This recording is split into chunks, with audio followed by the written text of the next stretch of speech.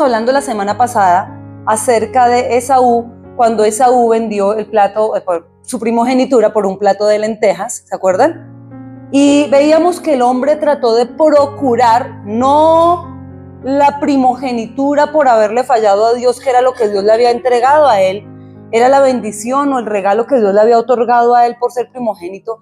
Él no estaba llorando por haberle fallado a Dios en tanto a lo que Dios le había confiado para que él cuidara, sino que él estaba llorando por la bendición que había perdido.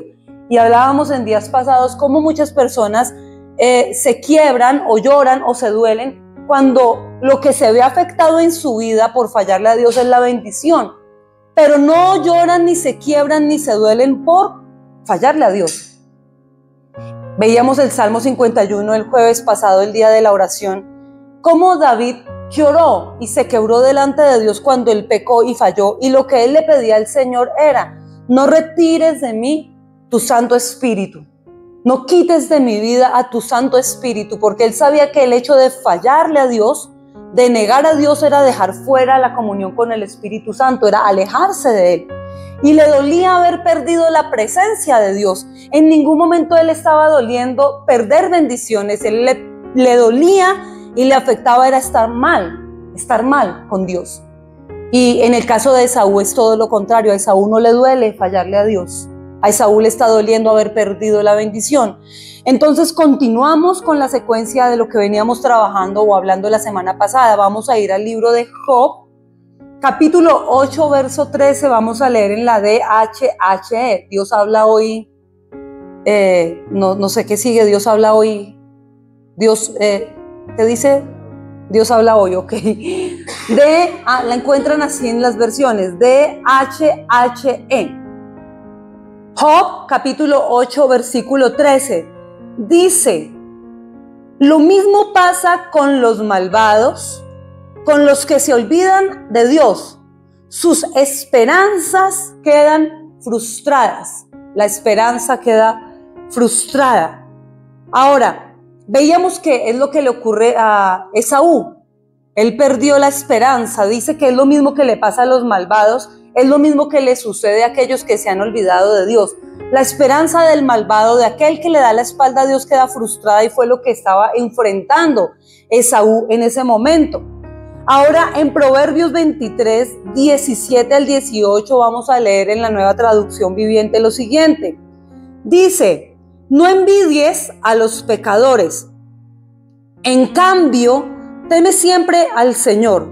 Si lo haces, serás recompensado. Tu esperanza no se frustrará.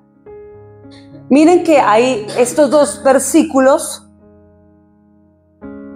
están contrapuestos, están uno en oposición al otro, no porque hablen algo diferente, realmente están hablando lo mismo, pero lo están hablando de dos puntos extremos. Está hablando que la esperanza se frustra para aquel que le da la espalda a Dios y que es malo y que decide por una vida de pecado, y está hablando que aquel que no envidia al pecador, aquel que teme a Dios, aquel que respeta a Dios, es recompensado, y dice que su esperanza jamás se frustrará. Nosotros nos preocupamos siempre en la iglesia porque nuestra adoración y nuestra alabanza esté 100% en un fundamento bíblico. No nos gustan aquellas canciones que son meramente almáticas, aquellas canciones que tocan emociones. Nosotros nos ocupamos de escoger las canciones de la adoración y la alabanza que sean espirituales. ¿Cómo diferencia algo almático a algo espiritual?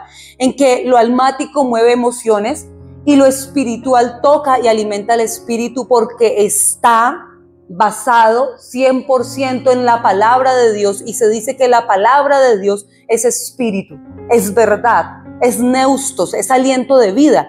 Entonces nos ocupamos de que nuestra adoración para el Señor en las reuniones, en los cultos de iglesia, en nuestras actividades, estén basadas 100% en el fundamento bíblico. Entonces hay una canción que nosotros cantamos que dice que nuestra esperanza no será frustrada. Y les doy el asidero bíblico. El fundamento bíblico es este versículo, donde dice que si nosotros tememos a Dios, si no estamos codiciando, mirando y codiciando lo que hace el malo, lo que tiene el malvado, entonces nuestras esperanzas nunca se van a frustrar. Pero dice por el contrario en el otro versículo que la esperanza se frustra en aquel que es impío, que es malvado, aquel que decidió darle la espalda al Señor. Entonces, basados en esto, tenemos que recordar la palabra que el Señor decretó para el pueblo a través del profeta Jeremías en el capítulo 29, en el versículo 11. Dice que los planes de Dios y sus pensamientos para nosotros son de bienestar, son de bendición, para darnos un futuro y para darnos una esperanza. Se habla de que Abraham creyó esperanza contra esperanza. Entonces vamos a mirar el hebreo de la palabra esperanza. Es hatikvah, voy a deletrearla, H-A-T-I, la de kiosco, K, sí, I, sí, V-A-H, se lee hatikvah, termina en H final. Bueno, más que entender la escritura o la pronunciación hebrea, vamos a mirar lo que traduce y dice: es como un cordón, se traduce como si fuera un cordón, una cuerda. Es estar amarrado, es estar aferrado de manera fuerte. Es como pararse sobre una roca. Esa es la esperanza. Esperanza es como una cuerda que te sostiene, que te amarra. Es como pararse firme en una roca, es como amarrar una carga que tienes que transportar, trasladar. Es amarrarla de tal forma que eso que estás transportando no se te pierda, no se caiga, no se rompa por el camino. Ustedes han visto muchos domiciliarios y tienen su manera de transportar las cosas, y la idea es que las cosas lleguen a final término, que lleguen al destino, al puerto, al lugar, al destinatario. Es importante entender que esperanza es aquello que nos aferra, que nos sostiene seguros en medio del camino para que lleguemos sanos y salvos al lugar que debemos llegar, para que no nos rompamos, para que no nos quebremos, para que no nos perdamos, para que no seamos desechados. Entonces, la esperanza es aquello que nos sostiene firmes. Pero también dice que esperanza es como poderse parar en una roca firme, en una roca fuerte. Y ustedes saben que Jesucristo es la roca de nuestra salvación. Así lo enseña la palabra. Entonces, tener esperanza es pararse en Cristo, es tener la certeza de que estamos parados en un terreno firme, no en arenas movedizas. No sé si ustedes han tratado con gente que no se sabe cómo tratar, porque un día están bien y pueden estar bien iniciando el día, pero a mediodía ya son otra persona.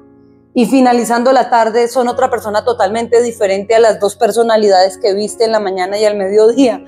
Es complejo, es como querer caminar en arenas movedizas. Hay gente con la cual tú tratas que no sabes qué esperanza puedes tener, que lo único que te generan es inestabilidad, desconfianza, inseguridad. Y eso es complicado.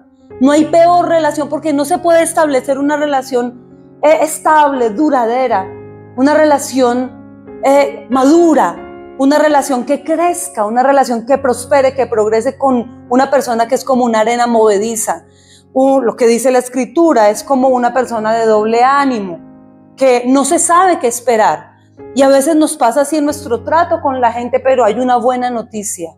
Y la buena noticia es que Jesucristo es la roca de salvación eterna, y que sobre Él nuestros pies están firmes, y que no hay forma de resbalar si nos paramos en la roca, si tenemos una esperanza, si lo tenemos a Él por esperanza. Por eso es que nosotros no podemos delegarle nuestra esperanza a las personas. No es que vivamos en paranoia constante, es que hay que aprender a entender, porque el hombre de doble ánimo es inconstante en todos sus caminos. Nosotros tenemos que romper con la doblez de ánimo en nuestra vida, con esa doblez de ánimo, esa inestabilidad, esa inmadurez, que un día estamos acá, pero cualquier viento de doctrina dice que son como nubes arrastradas por el viento. Cualquier viento de doctrina los saca, los mueve, los deprime, los desestabiliza, los amarga, los frustra. Y es tan complicado establecer algo duradero con personas que tienen un carácter tan inestable. Debemos por eso día a día ocuparnos de construirnos sobre la roca. Si nos construimos sobre la roca, aunque enfrentemos situaciones complejas con personas complejas como la que acabo de describir, nuestra vida jamás va a ser movida. Dice que nosotros somos un reino inconmovible y que por eso adoramos al Señor en el libro de Hebreos, es la promesa, que lo adoramos con un temor reverente, porque somos un reino inconmovible. Tenemos que tomar la palabra, esa es la palabra de la iglesia. Tenemos que tomarla y revelarla. Tenemos que perseverar en la enseñanza de los apóstoles. Tenemos que ser inconmovibles. No podemos estar, es cierto, nos duelen, nos golpean situaciones, es verdad, pero tenemos que sí o sí, no hay otra forma de salir adelante, perseverar en el carácter, tener esa fuerza, tener esa entereza, ese aplomo frente a las situaciones, porque hay situaciones que quieren fácilmente desestabilizarnos y ahí es donde nosotros tenemos que pararnos ahí donde se muestra qué casa se construyó sobre arena movediza o qué persona se está construyendo sobre la roca. Y ojo, hombres, varones, específicamente ustedes, tienen que desarrollar un carácter más fuerte, porque se ha perdido la masculinidad. El 70% de los hijos crecen sin padres, sin una figura masculina, lo cual quiere decir que a los hombres los están levantando, educando y formando mujeres. Y nosotras somos muy diferentes a los varones y jamás una mujer, por más fuerte, más berraca, más consagrada, nunca una mujer va a ocupar el lugar de un hombre. Jamás, nunca, es imposible. Dios nos diseñó diferentes. Y la sociedad está creciendo. Y se están levantando hombres sin masculinidad. Veía las estadísticas de esta semana. Y es demasiado triste porque vemos lo que ahora, el resultado que estamos viendo. Hombres con figura paterna ausente, aunque muchas veces papá estuvo en casa, el papá delegó la corrección a la mamá y se hizo a un lado. Samuel Adrián, el mexicano que es hijo de pastores, que sacan sus videos, él mostraba haciendo la alegoría de una película que habla mucho de la agenda de orden mundial. Y él mostraba cómo el tipo es tan buena gente, es tan bonachón, es tan querido, es tan bello, pero carece de masculinidad, carece de berraquera. Hombres que se acostumbraron a que las mujeres tomen las decisiones, hombres que se acostumbraron a que las mujeres sostengan económicamente una casa, a que la mujer sea la que vaya por el mercado, que la mujer haga todo en casa. Hombres que no tienen masculinidad. Y eso está rompiendo y dañando la estructura más pequeña de la sociedad, que es la familia. Hombres que se hacen a un lado, que prefieren mirar para otro lugar cuando se necesita que el hombre sea sacerdote. El primero que debe estar postrado en una casa, hombres. El primero que tiene que estar arrodillado, doblando rodillas, si quieren tener esposas, si quieren tener sacerdocio. El primero que debe doblar sus rodillas ante el Señor es el varón. No es que la mujer no lo haga, porque lo tenemos que hacer, pero el primero en levantarse antes de que el alba raye es el varón. ¿Por qué el hombre quiere delegarle esto a la mujer? ¿Por qué el hombre es tan irresponsable que se está haciendo a un lado? Necesitamos volver a los rudimentos para que las cosas vuelvan a tener orden. Las mujeres debemos ocupar el lugar que nos corresponde. Caballeros, por favor, tómense en serio esta exhortación, porque no lo digo yo, lo dice la palabra del Señor. El primero que debe estar presentando su vida como lo hizo Job, presentando su familia como lo hizo Job, fue el varón, el sacerdote en una casa. No pretendan delegarnos eso a nosotras. Nosotras servimos y se traduce el nombre de la mujer como Eva, dadora de vida, pero otra traducción de su nombre es ayuda y otra mejoradora, es decir, estamos es para mejorar, para ayudar, para apoyar, para edificar. Sí, hay esa unción sobre la mujer, pero el hombre, por favor, no pretenda delegar eso sobre la mujer. Usted dará a Dios cuenta, cada uno dará a Dios cuenta por lo que haya hecho, dependiendo el rol que el Señor le haya delegado. Entonces lo dice acá, esperanza. Ahora lo vamos a mirar, lo miramos en hebreo, ahora lo vamos a mirar en griego porque lo vamos a abordar también en el griego. El griego es elpis, elpis, con P, no Elvis como Elvis Presley, no, elpis, con P. Y dice que en griego es confiar, Es esperar sin desesperar. Esperar sin desesperar. Es descansar en las fuerzas de Dios mientras yo hago mi parte para que Dios pueda hacer la suya. Eso es esperanza. Entonces, cuando se dice en el Nuevo Testamento que Abraham, porque eso lo nombras el Nuevo Testamento a un personaje del Antiguo, pero lo habla el Nuevo Testamento y dice que Abraham creyó esperanza contra esperanza, se está nombrando el griego elpis, donde dice que él descansó en la fuerza de Dios, pero trabajó e hizo su parte para que Dios se glorificara e hiciera la suya. El Señor le dijo, para esta época, en siguiente año tendrás la promesa en tus brazos, se cumplirá. Y él no se quedó a dormir durante un año entero, a esperar que el siguiente año un bebé apareciera envuelto en pañales y de la nada. Él tuvo que hacer su parte. Y su parte era, en primer lugar, creerle a Dios. En segundo lugar, unirse a su mujer, unirse. Y tal vez la gente de una manera amarillista lo habla, ay, se unió porque ya se había unido a Agar, y hablan con chistes. Y les voy a decir que unirse no es solamente en ese sentido físico. Unirse es en un sentido de unidad, de unanimidad, de unidad. Unidad, unanimidad. Vamos a trabajar por lo mismo. Vamos a mirar hacia el mismo lado. Lo que el Señor nos quiere enseñar a nosotros es que no solamente la intimidad entre ellos dos, es que hay una intimidad en primer lugar con Dios. Y hay una intimidad tan grande al interior de esta pareja que ha creído esperanza contra esperanza, que han decidido mirar hacia el mismo lado, que han decidido despojarse de toda incredulidad, de todo orgullo, de toda vergüenza, de toda flojera, de toda pereza, de toda ansiedad, de toda culpa, para trabajar de acuerdo a lo que Dios les ha dicho. Es que hay que entender que más que una cosa que se mira superficialmente es un contexto, es engendrar entre los dos, un mismo sueño, que es el sueño del corazón de Dios. Es trabajar, es unirse, es lograr esa unidad al punto de que los dos le están cumpliendo al Señor, que están trabajando los dos por lo mismo. Eso es esperanza contra esperanza.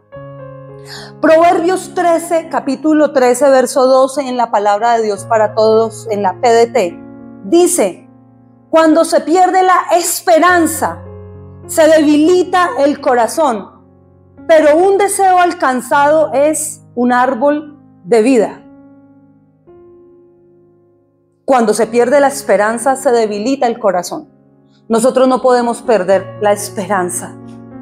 No podemos perder esa fuerza. Por eso Jacob peleó contra el ángel. La gente dice que es que eso estuvo mal, de que el tipo es un atrevido, de que él no debía. No. Es que Jacob necesitaba,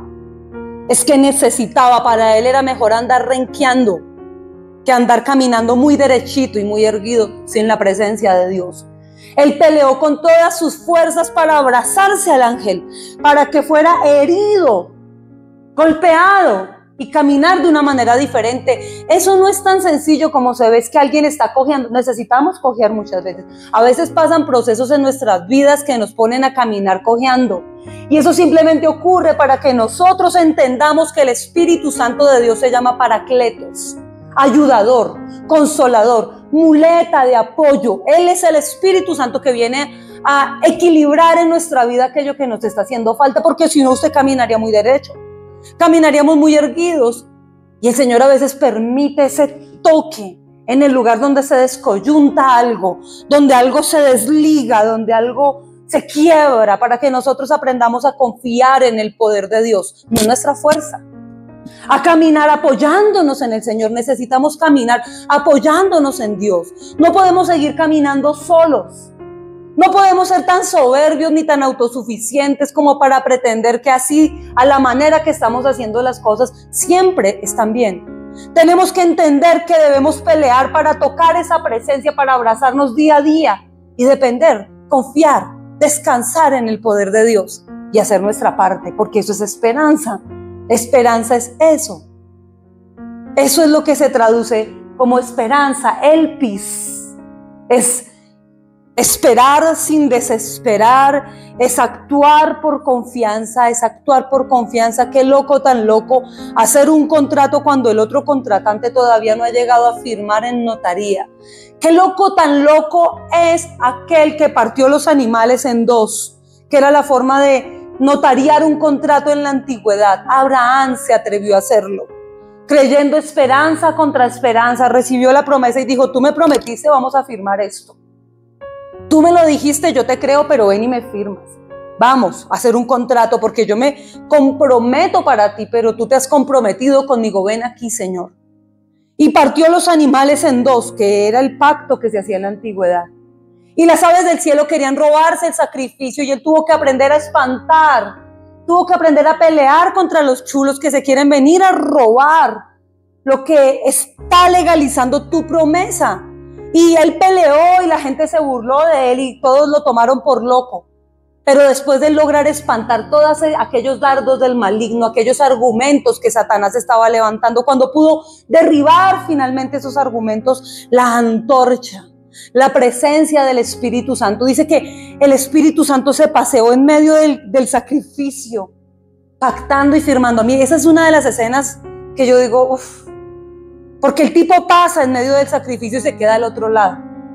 Y empezó a pasar el día, y aunque parece, dice en el libro de Habacuc, que tardar en la promesa se cumplirá.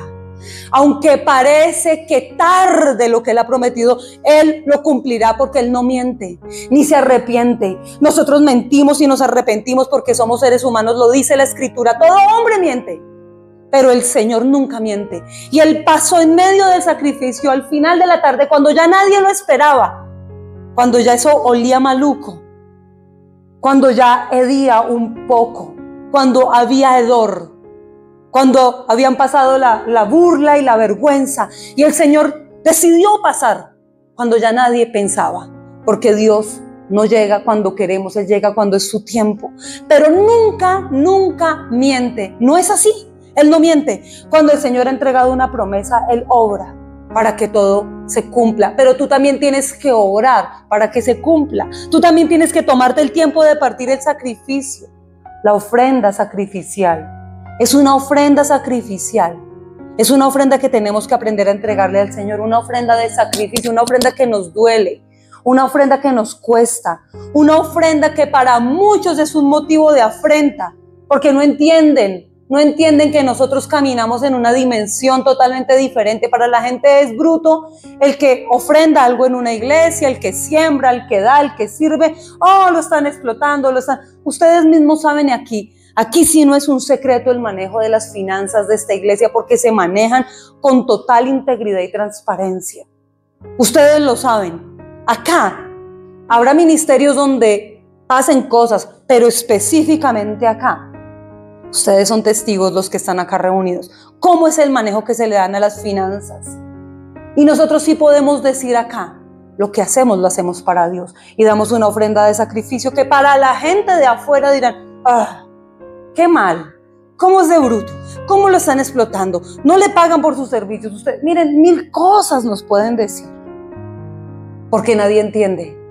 Porque son los chulos que el enemigo lanza con palabras y dardos. Y nosotros tenemos que aprender a espantar esos dardos. Porque si nos quedamos con eso, si nos quedamos con esos dardos, no hacemos el sacrificio. Mejor me llevo estos animales para mi casa y preparo un buen banquete.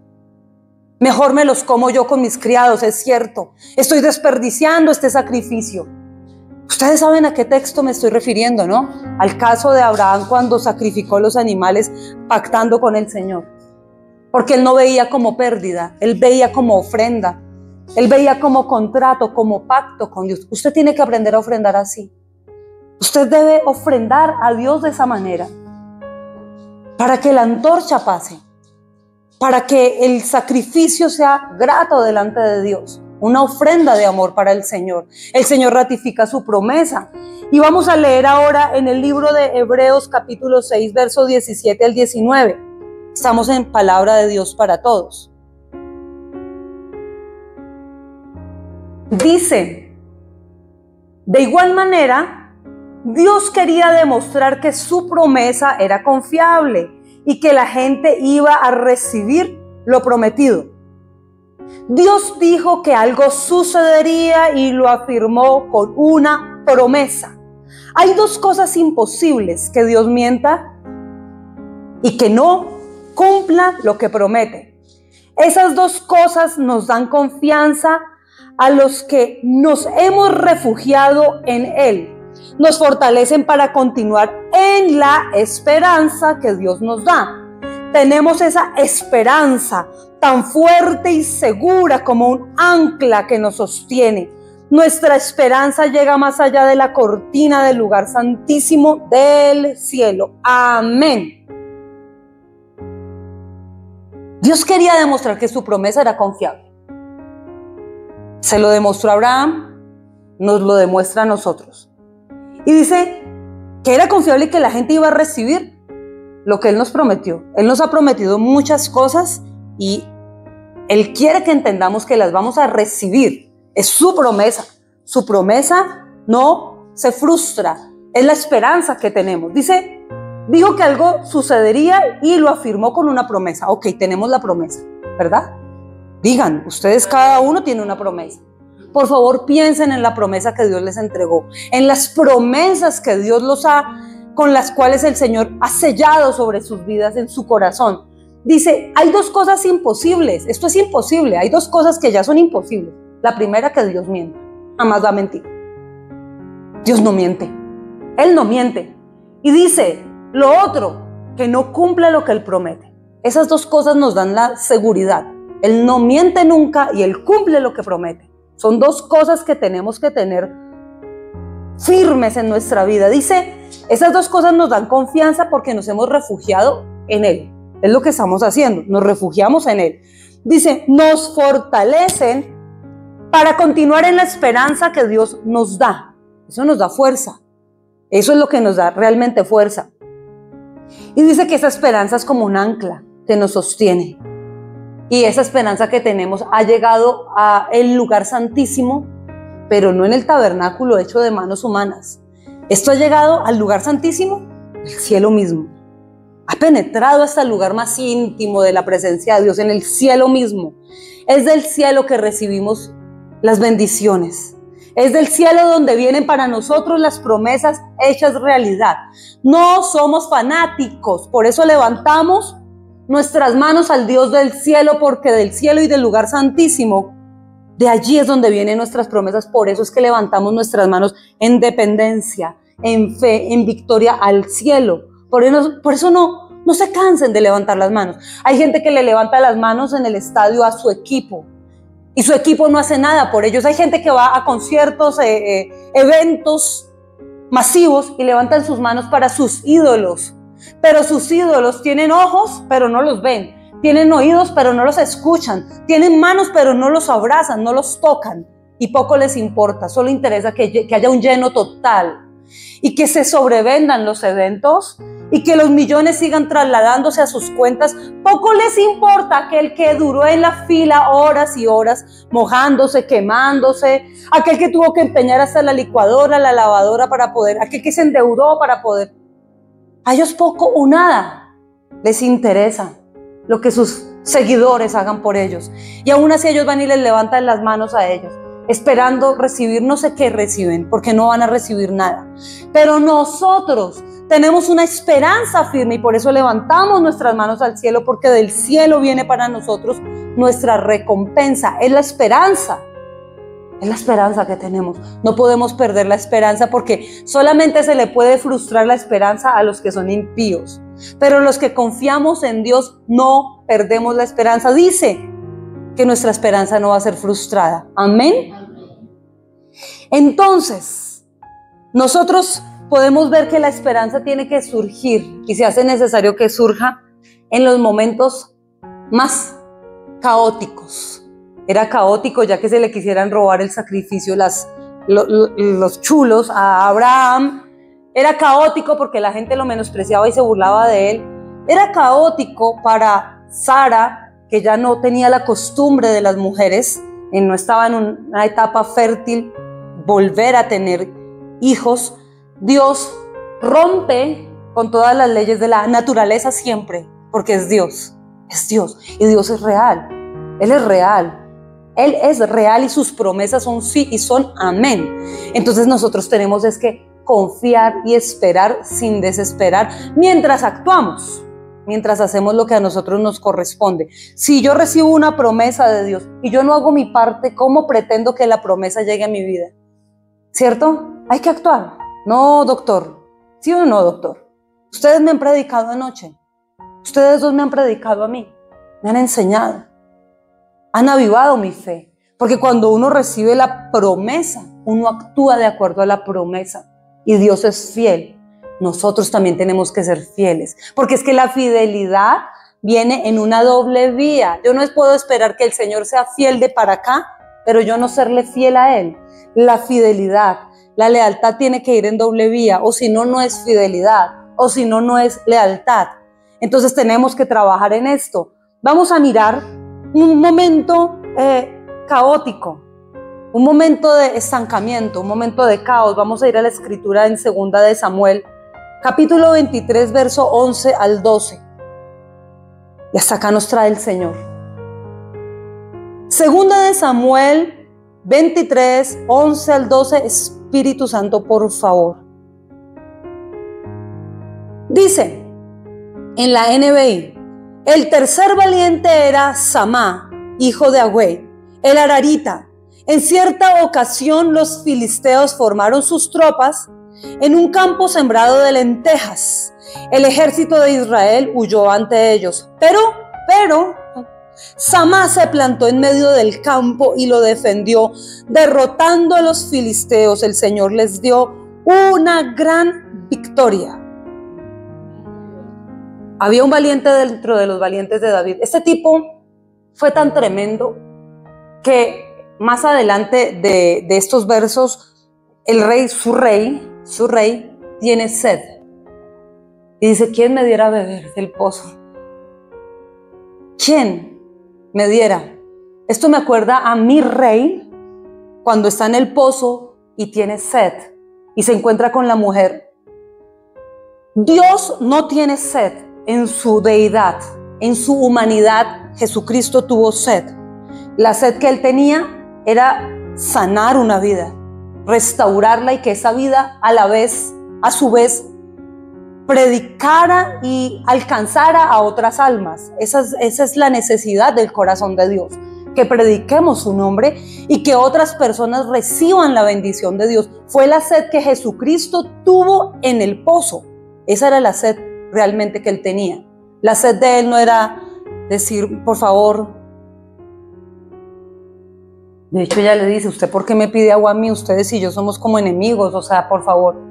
Y él dice: si supieras quién soy yo, de tu interior van a fluir ríos, que nunca vas a tener más sed. Si bebes de esta agua que yo te entrego, yo no vengo a que tú me des, yo vengo a darte a ti lo que yo tengo.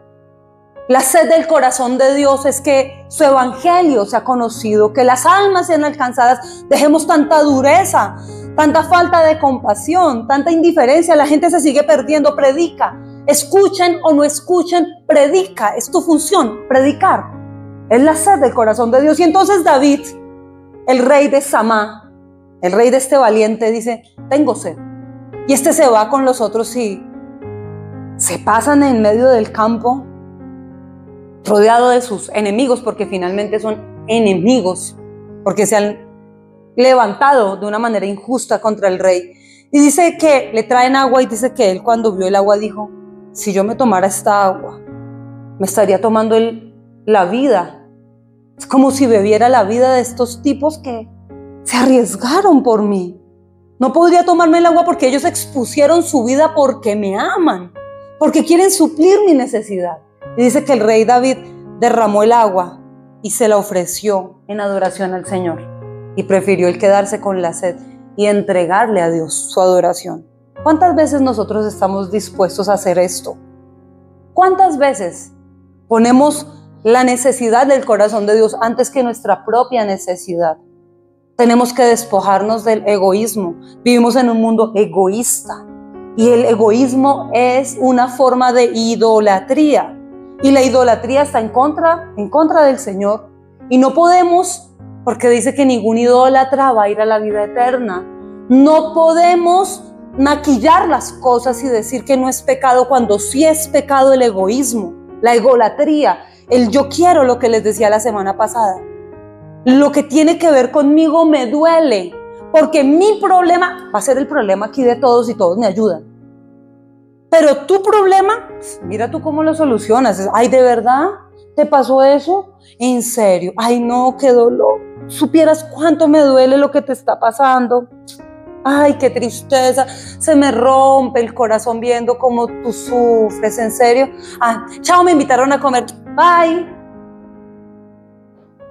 Porque muchas veces la gente trae su problema y mi problema es el problema de todo el mundo y todos me tienen que ayudar y todo. Hay gente que es tan egoísta, pero el problema que tienen los demás le importa cero. Y es algo que nosotros tenemos que romper hoy. Si queremos caminar de una manera correcta con Dios y que la esperanza nuestra no se frustre. Decía en el verso anterior que la esperanza es como un ancla que sostiene el barco, es un ancla, es anclarnos. Que si vienen las tormentas, las dificultades, estamos firmes porque hay un ancla. Esa es la esperanza, un ancla que nos sostiene en pie a pesar de que todo es complicado alrededor. A pesar de que la tormenta no quiere parar, a pesar de las adversidades, tengo una esperanza, es el ancla que me hace esperar sin desesperar, que me hace actuar aún confiado por fe. Cosas locas, locuras. Pagar un impuesto antes de necesitar pagarlo, eso es una locura. Ese es el sacrificio de Abraham. Eso es lanzarse por fe. Eso es lanzarse, eso es una locura. Pero eso es fe. Eso es fe. Queridos, eso es fe. Eso es actuar confiando de que viene algo. Actuar por la fe. Eso es confiar, eso es esperar. Que a pesar de que no se ve nada por ningún lado y esto es una locura, yo creo y me anclo en medio de toda la tormenta. Eso es lo que dice la Escritura. Dice que este tipo, Samá, se traduce como aquel que es escuchado. De ahí viene la palabra Samuel. Tiene una misma raíz, Samuel. ¿Se acuerdan? Cuando Samuel escuchó la voz de Dios en el templo. Bueno, Samá, aquel que puede ser escuchado, pero aquel que también sabe escuchar para obedecer. Se dice que el nombre de Samá es como una canción, algo que puede ser una canción bien hecha, ¿no? Una buena canción, que es agradable a los oídos de escuchar. Eso se traduce como el nombre de Samá. Alguien que es escuchado por Dios porque tiene armonía en su ser. O sea, es decir, no es alguien fragmentado, no es un bipolar, loco, que un día hace una cosa, otro día otra, en la mañana saluda bien y por la tarde mal y se deprime y todo le duele y todo le ofende y todo, ¿sí? No, Samá, aquel que es escuchado por Dios porque también escucha a Dios para obedecerlo. Es como la letra de una canción, es como esa armonía, la melodía, la letra. Es una buena canción, es algo que es placentero de escuchar. Samá, uno de los 3 grandes valientes del rey David. Amaba a su rey porque ya vimos que lo amaba, que dio agua, arriesgó su vida. Amaba a su Dios, a su rey, que en la historia tipifica a Dios. Y entonces vemos acá a este Samá. Dice que en una ocasión los filisteos,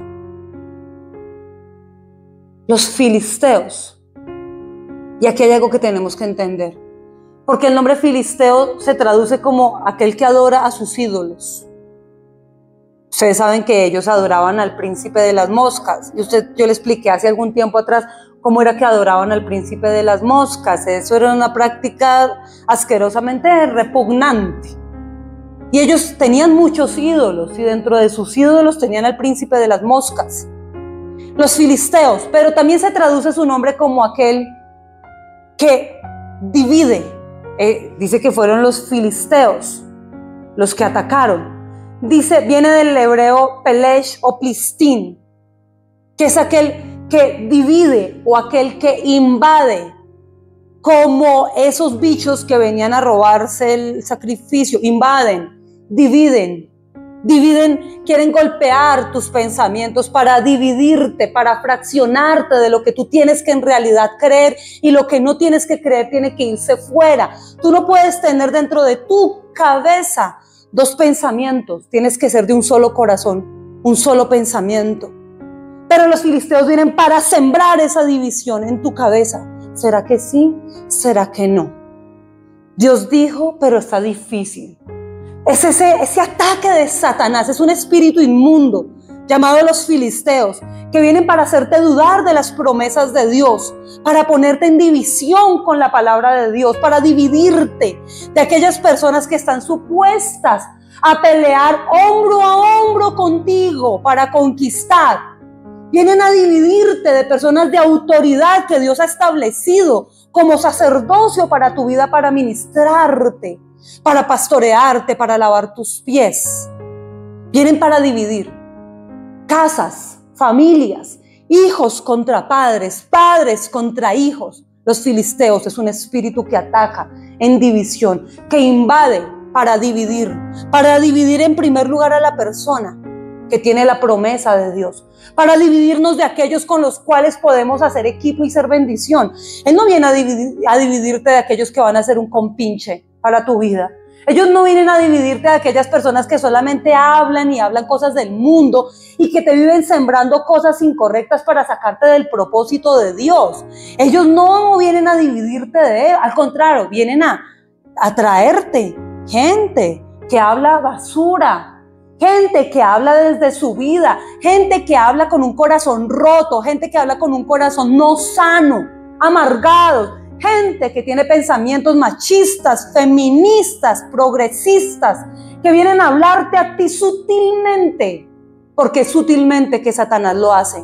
A los del mundo les habla toda su basura de manera libre, pero a un hijo de Dios él viene con una sutilidad a hablar y simplemente siembra un comentario y se va, siembra una semilla de maldad y se va. A través de un programa, a través de una serie, a través de un vecino, a través de una canción, a través de un compañero. Él no va a buscar dividirte de ese tipo de cosas. Al contrario, busca que te alíes almáticamente a esas cosas que te van a destruir y que van a robar y a romper el propósito que Dios tiene con tu vida. Tenemos que ponernos serios en este punto, porque tenemos un propósito de eternidad. Con esto no jugamos. Con el propósito y la asignación no podemos estar jugando. No se juega con candela, porque el que juega con candela termina quemado. Lo leíamos la semana pasada. No podemos estar jugando con el propósito de Dios. Por favor, afirmémonos en la palabra, porque sí tenemos un propósito de eternidad. Ay, pero yo, ¿será que yo sí? No, sí, usted tiene un propósito de eternidad. Entonces, si usted lo está dudando es porque ya permitió el espíritu filisteo que divide su mente, que le ha sembrado un mal pensamiento para dividirlo del propósito de Dios, para alejarlo de la asignación. Y mire, ojo, cada uno va a tener que darle cuenta al Señor por esto. Por favor, tengamos temor de Dios, porque el Señor nos ha llamado a estar en unidad con Él, en primer lugar nosotros mismos, con el Espíritu Santo, porque Samá viene de Shamá, y Shamá es el Espíritu de Dios está dentro. O sea, la primera unidad que tenemos que tener es dentro de nosotros con el Espíritu Santo de Dios. Por eso David decía en el Salmo 51, no alejes de mí tu Santo Espíritu, no quiero. Pequé, fallé, cometí errores terribles, pero no retires de mí a tu Santo Espíritu. No quiero estar dividido del Espíritu, del único que me puede dar vida. No quiero estar dividido de Él, no quiero estar lejos de Él, por favor. Por favor, no lo retires de mi vida. Lo necesito a Él para vivir y no se divide de Él. Anhela, porque Shamá es tener al Espíritu Santo dentro de nosotros. Samá oye, obedece, pero tiene intimidad con Él. Este hombre, nosotros lo vemos acá, dice que vinieron los filisteos para invadir el campo. ¿Qué es el campo? Que es un campo sembrado de lentejas. Son las promesas que Dios nos ha entregado que tenemos que defender, como lo hizo Abraham. Son las bendiciones que ya hemos recibido. Son las cosechas que tenemos. El campo de lentejas es lo que el Señor me entregó a mí, lo que Dios me confió, lo que Dios puso bajo mis manos, bajo mi cuidado. Ojo, mujeres, dadoras de vida. Una mujer es capaz de mejorar todo. No me digan que no, ay, yo no puedo, es que es difícil. No, porque sobre la mujer Sobre el género femenino hay una unción para edificar que el varón no tiene. Tenemos la unción para edificar que la tiene el Señor. La mujer tiene la unción delegada por Dios para edificar, para mejorar. Una mujer es la única, el único ser. Varones, ustedes no pueden hacer esto. Caballeros, con el respeto que merecen, ustedes no pueden hacer esto. Nosotras tomamos una pequeña semilla y en nosotras se convierte en un bebé, una nueva vida. Una mujer puede tomar una casa y convertirla en un hogar. Una mujer tiene la unción dada por Dios para edificar. Varones, ocupen su lugar y déjennos a nosotras ocupar el nuestro. No invadamos los roles, por favor, porque tenemos que cumplirle al Señor. Y dice que Samá recibió el campo de lentejas y dice que el tipo se plantó, se sembró. O sea, el tipo entiende que hay un ancla, hay una esperanza.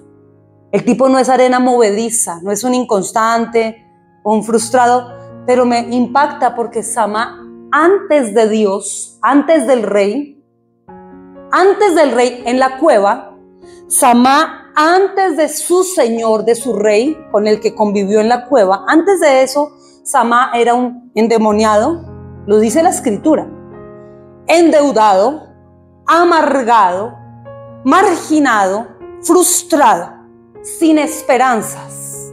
Pero Samá, unido a su rey, el rey David, esa amistad que tuvo con el rey le transformó la vida. Cuando una persona camina con Dios se le nota.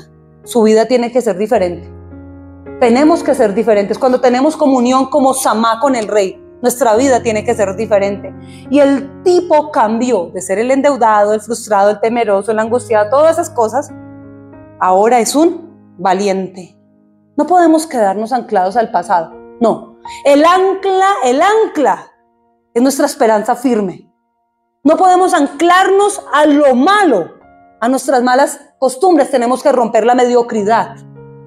La pereza, su jefe es Dios. Su jefe es el Señor. Yo puedo trabajar desde mi casa o estudiar desde la casa, pero el Señor me está mirando. Yo no puedo conectarme a trabajar en pijamas. No es correcto. Eso no está dándole un mensaje al reino espiritual de dignidad. Vamos a empezar a aplicarnos. Nosotros los hijos de Dios somos diferentes. Eso que lo haga el impío, los que su esperanza se frustró. Nosotros tenemos que dar un testimonio constante. Por eso les decía, esto no da testimonio. Tenemos que dar testimonio a Dios. Nuestra vida, me levanto, porque el que todo lo ve me está mirando. Me levanto, me organizo mi lugar de trabajo. Si es desde mi casa, organizo mi espacio, le doy dignidad a lo que estoy haciendo. No estoy esperando a que otro me empuje, me levante, por favor, levántate, mi amor, tienes que con mi amor, por favor, y te canto y te hago. Eso era cuando son bebés, eso es para los bebecitos, que toca cantarles, uno no sabe tocarles flauta, ponerles una música alegre para despertar. No, acá todo el mundo aprende a ser diligente. Se toca como con pincitas con alguna gente, toca con una, ay no, porque de pronto se levanta de mal genio el bebé, de pronto se enoja, de pronto se delica. No, aquí cada uno va a ser por su propia vida. Nos levantamos con buena actitud, empezamos a cumplirle porque el Señor nos está mirando, lo hacemos para Dios, somos diligentes. Es lo que el Señor espera de nosotros. Rompemos la mediocridad, rompemos la pereza, rompemos el desorden, con el mugre, la suciedad. No va a romper la suciedad no, suciedad. Dios es un Dios de orden. Tenía parámetros tan establecidos de orden, de higiene, normas de higiene con su pueblo. En cuanto a los alimentos, en cuanto a la comida, tenemos que ser limpios por Dios. Hay gente que vive enfermándose todo el tiempo de la panza. Todo les enferma. Todo. Es que no se lavan las manos para comer, no se lavan las manos para preparar alimento. Bueno, hay que romper con ese tipo de cosas tan horribles que son cosas que no corresponden al pueblo de Dios. Miren, pareciera que no, pero es algo importante para Dios. Si no, no estaría en su palabra también. Miren, por favor, vamos a ser gente organizada. gente pulcra, gente limpia, gente aseada, gente hacendosa, gente diligente, porque Dios bendice al diligente y el diligente va a estar sentado con gente importante, dice la Escritura. Samá, después de ser todo lo malo, pasó a ser una persona completamente, ustedes ven acá una persona diferente. Dice que el ejército de Israel, sus compadres, huyeron ante los filisteos. ¿Y qué es esto? ¿Por qué huyeron? Les voy a decir, están pensando, yo les decía que el miedo es orgullo, ¿se acuerdan una vez? Miedo al que dirán, miedo al fracaso, miedo. La gente huye por orgullo, por quedar mal frente a los filisteos en el combate. O sea, hay gente que prefiere evitar un reto, un proyecto, un sueño, le viven sacando el cuerpo a proyectos que pueden ser buenos, porque ¿qué van a pensar de mí? ¿Qué van a decir de mí? Yo no sé vender, yo no me hallo, yo no me ubico, ¿qué dirán? Hay gente que le tiene miedo, entonces eso es lo que piensan interiormente. Cuando vienen y le proponen el proyecto, la persona dice, es que eso no es bueno, eso no es tan bueno, yo he mirado que eso como que no funciona. Yo he visto gente que ha emprendido eso y eso les ha ido más mal y tienen un problema para cada solución que se les plantea. ¿Sí? ¿No han visto esa clase de gente? Hace poquito alguien se quejaba de mí, una persona venía a quejarse y decía, pastor, he emprendido esto, pero esta persona que está acá ayudando a todas las soluciones que yo traigo le veo un problema. Y yo decía, ¿en serio? No, en serio, a esto le busco estos problemas, a esto otro le busco estos problemas, yo no sé ya qué más hacer. Frustración generada, porque hay gente que le encuentras un problema a cada solución que tú traes. No, eso es malo, eso no se va a vender, eso no se puede, eso todo lo malo. Entonces dice que esta gente huyó del desafío. Hay gente que prefiere huir. Huir también es indiferencia. Ay, si se acaban con el campo de lentejas, pues ni modo, aguantamos hambre, no pasará nada. Pues bueno, finalmente no pasa. Esa indiferencia como que mejor, si yo miro para otro lado no está sucediendo. No, sí sucede. Nos toca ponerle, ¿qué hacen las águilas? Me encantó tu logo. ¿Qué hacen las águilas cuando ven la tormenta? Ellas se elevan más arriba de la tormenta, aprovechan la tormenta para volar. Son increíbles estos animales. Y el Señor nos compara a nosotros con águilas. O sea que es la unción que Dios ha depositado. Tal vez estará muy escondida, pero créame que está por allá adentro. Tenemos que explotarla porque está por allá adentro. Dios puso eso en nosotros. Hay que aprender a sobrevolar. Y dice que huyeron también por egoísmo. Están pensando en sí mismos. No, van a atacar, eso se está cayendo, se está desmoronando. Antes de que se caiga esta empresa, antes de que esto quiebre, mejor me voy. Hay gente que es así. Ven como las ratas, el barco se hunde y los primeros en saltar son las ratas. Y hay gente que es así, esto se está poniendo como color de hormiga, esto está muy complicado en este lugar. Calladamente no le digamos a nadie, vamos buscando, mandando hojas de vida, buscando otras opciones, otros horizontes. Y es egoísmo, porque ven venir el que divide, que es el filisteo, ven venir al que invade, que es el filisteo, y el egoísmo, mi vida primero. Entonces ahí sale la dignidad de señora adulta, señora de la tercera edad, cual chal. Esa dignidad que tienen, que se ponen el chal y no voy a decir nada, guardaré silencio, esa cosa con envoltorio de chal y toda la vaina. O sea, ¿qué es eso? ¿Una indiferencia? No, porque yo estoy bien abrigadito acá. No, hombre, quítese el chal. No, hay un chiste por ahí, pero después les cuento. Quítese el chal, ¿les cuento o no les cuento? Bueno, acá un pequeño chascarrillo. Un día estábamos en una reunión familiar y mi tío tenía mucho frío y agarró el chal de mi abuela. Son cosas de familia, por ahí lo van a ver, pero bueno, agarró el chal de la abuela y se envolvió en el chal porque estaba haciendo mucho frío y todos en una reunión familiar comiendo y él ahí en el chal envuelto, y resulta que él se asomaba cada rato a mirar por la ventana los carros de todos los de la familia y se asomaba y miraba todo en orden y se asomaba, y en una de esas, así todo despistado con su chal, se asomó a la ventana y había una lámpara que mi abuela tenía en una mesita, y se asomó desde la lámpara y la lámpara ocultaba uno de los carros. Y salió cual superhéroe, voltó el chal para un lado, para el otro. El carro de Rafa, era el carro de mi papá. Se robaron el carro de Rafa y todos no, soltaron todo lo que estaban comiendo y todos el carro se lo robaron y soltó el chal. Ahí sí, perdió todo el glamour, toda la estética y salió a la calle cuando dijo, ay, ahí está, es que la lámpara no me dejaba ver. A veces nos pasa eso a nosotros también. Perdón, no sé por qué llegué allá. Volvamos. Entonces, tenemos que romper con la indiferencia, ¿sí ven? Ustedes, tenemos que romper con esa indiferencia. Él rompió con la indiferencia. Mire, no importa, porque los que están supuestos a pelear al lado mío muchas veces lo abandonan a uno. Uno empieza a pelear con un mundo de gente al lado y cuando uno mira, ¿y qué pasó con fulano, fulano? No, que se fue, no, que ya no, que no. Ven cuando la cosa se pone complicada es que empiezan a dejarlo a uno abandonado. Pero acá es donde se mide el carácter de la gente. Acá es donde muestras tú que te has anclado a la promesa de Dios. Que igual que Samá te sembraste en ese campo de lentejas que para muchos dirán, ay, dar la vida por un simple campito de lentejas. Bueno, pues tú das la vida por lo que Dios a ti te entregó. Y te plantas y te siembras y peleas y defiendes lo que Dios a ti te ha confiado. Amén. Amén. ¿Quiénes están dispuestos a hacerlo? Amén. Bueno, vamos a defender nuestro campo de lentejas.